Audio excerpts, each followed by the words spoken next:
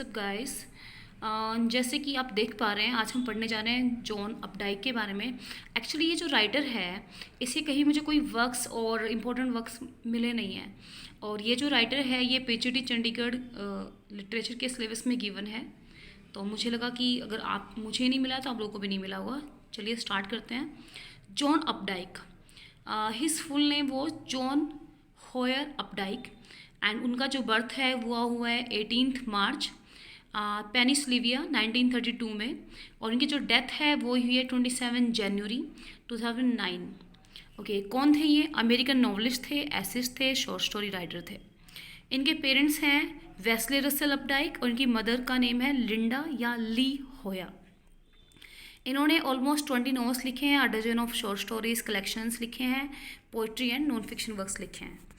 And he was one of the 3 writers who won Pulitzer prize for fiction twice time.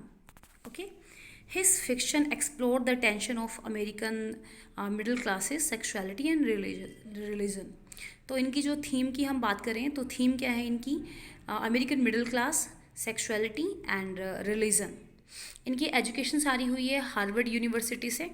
हम इन notable works की बात करें तो first है हमारा द रैबिट सागा। काफ़ी सारे रैबिट्स की स्टोरीज लिखी हैं, इनके सीक्वल्स लिखे हैं, पार्ट लिखे हैं। That's why it called Rabbit saga. और ये 4 टाइम आई है, 1960, 1971, 1981 and 1990। The Centaur 1963, the Witches of Eastwick 1984, Couples 1968, Bech a book 1970. At the age of 6, he started doing cartooning. And 1941, he took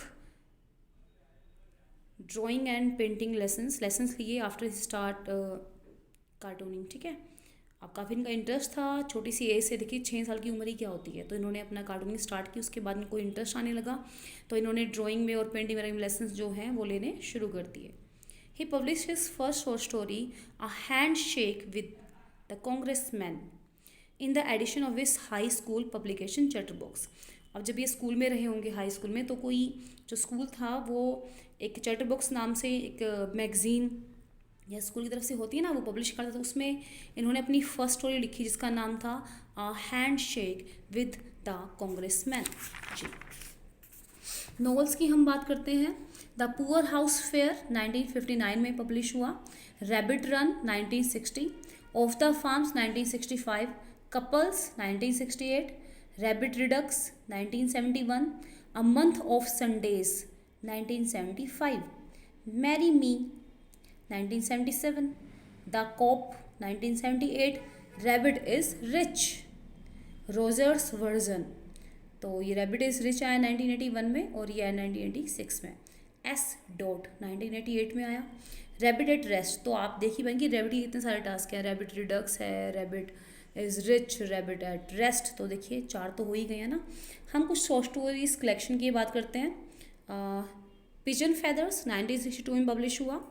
ओलिंगर stories, ये भी एक collection था that publish in 1964। The music school, museum and women, problems and the other stories, too far to go, ये Maples stories थी कोई, उसका एक collection था। Your loves lover just called 1980 में आया ये। Trust me 1987। कुछ नॉन फिक्शंस की हम बात करते हैं। असॉर्टेड प्रोस 1965 में इन्होंने पब्लिश किया। Picked up pieces 1975, hugging the shore 1983, self consciousness it's a memoir 1989, just looking it was an essay on art 1989। Play की हम बात करते हैं। द बुचर एंड डाइंग एक प्ले था 1974 में आया, ये इम्पोर्टेंट था, दैट्स वाई मेंशन इट। इनका जो फर्स्ट नॉवल था वो था द कैंटोर 1963 में जो आया। इसको अवार्ड मिला, awarded the national book award and French literary prize Prix du Meilleur Livre Etranger. अब देखिए ये फ्रेंच नेम है, बोलने में भी नहीं आ रहा है।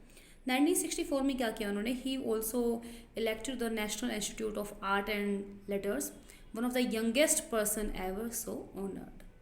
कि बहुत ही कम लोग जिनको इतनी कम एज में इतनी सक्सेस मिलती है, तो आप देखिए। 1966 में क्या किया? इनकी short story I the Bulgaria poetess in the music school won his first O Henry prize.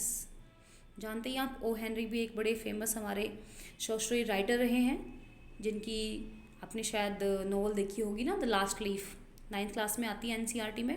1970 the rabbit redux, its first sequel rabbit run received, तो इनका फर्स्ट सिक्वल आया, रैबिट रन नाम था इसका। The secret society medal for achievement in the art, इनको मिला एक और award, the secret society medal.